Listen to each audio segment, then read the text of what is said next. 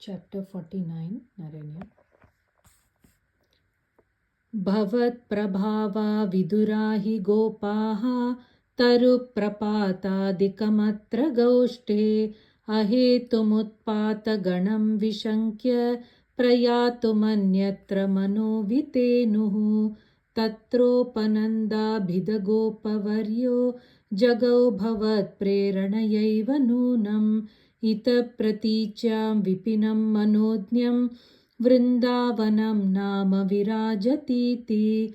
बृहद्वनं तत् खलु नन्दमुख्या विधाय गौष्ठीनमतक्षणेन त्वदन्वितत्वज्जननी निविष्ट गरिष्ठया नानुगता विचेलुः अनोमनोज्ञध्वनिधेनुपाली खुरप्रणादान्तरतो वधूभिः भवद्विनोदालपिताक्षराणि प्रपीयनाज्ञायतमार्गदैर्घ्यं निरीक्ष्य वृन्दावनमीशनन्दत्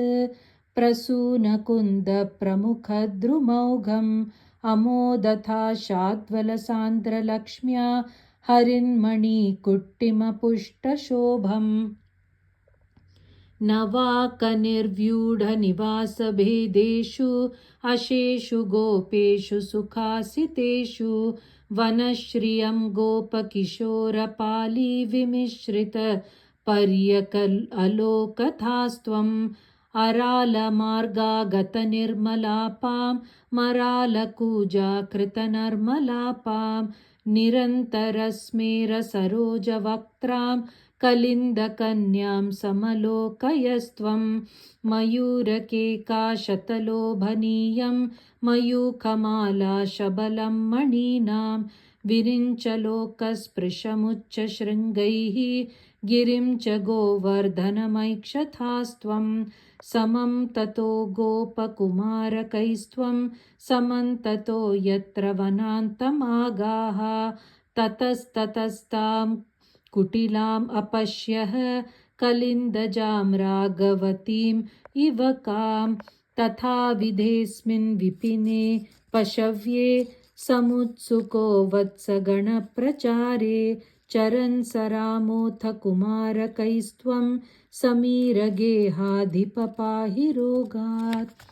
नारायणाखिलगुरो भगवन्नमस्ते. Chapter 50 Naranya. तरलं मधुकृद्वृन्दे वृन्दावनेऽथ मनोहरे पशुपशिशुभिः साकं वत्सानुपालनलोलुपः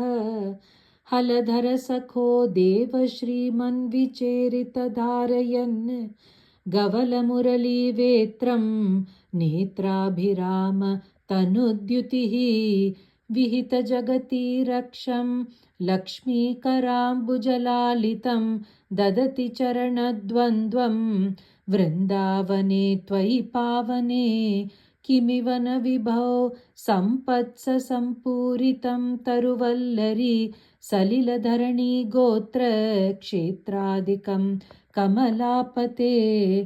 विलसदुलपे कान्तारान्ते समीरणशीतले विपुलयमुतातीरे गोवर्धनाचलमूर्धसु ललितमुरलीनादः सञ्चारयन् खलु वात्सकं क्वचन दिवसे दैत्यं वत्साकृतिं त्वमुदैक्षताः रभसविलसत्पुच्छं विच्छायतोऽस्य विलोकयन् किमपि वलितस्कन्धं रन्ध्रप्रतीक्षमुदीक्षितं तमथ चरणे बिभ्रद्विभ्रामयन् मुहुरुच्चकैः कुहचन महावृक्षे चिक्षेपितक्षतजीवितं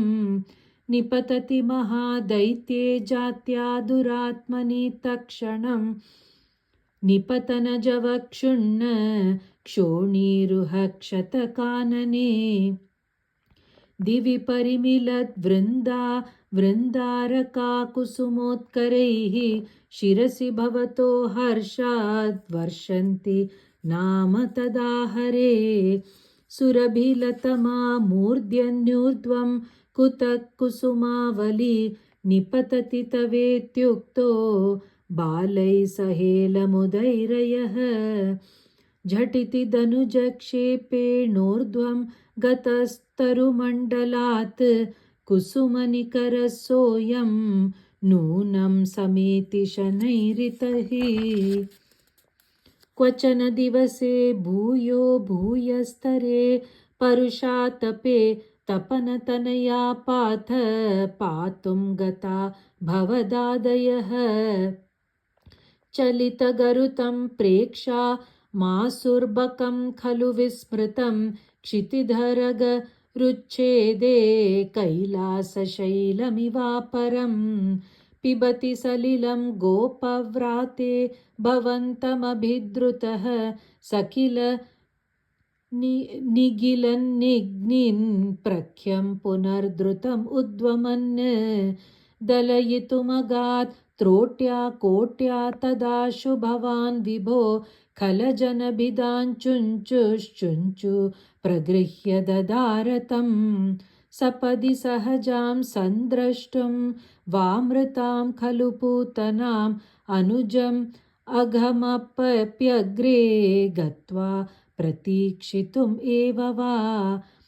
शमननिलयं याते तस्मिन् बके सुमनो गणे किरति सुमनो वृन्दं वृन्दावनात् गृहमय्यथाः ललितमुरलीनादं दूरान्निशम्य वधूजनैः त्वरितमुपगम्यारात् आरूढमोमुदीक्षितः जनितजननी नन्दानन्द समीरणमन्दिर प्रथितवसते शौरे दूरीकुरुष्व मम आमयान् नारायण अखिलगुरो भगवन्नमस्ते।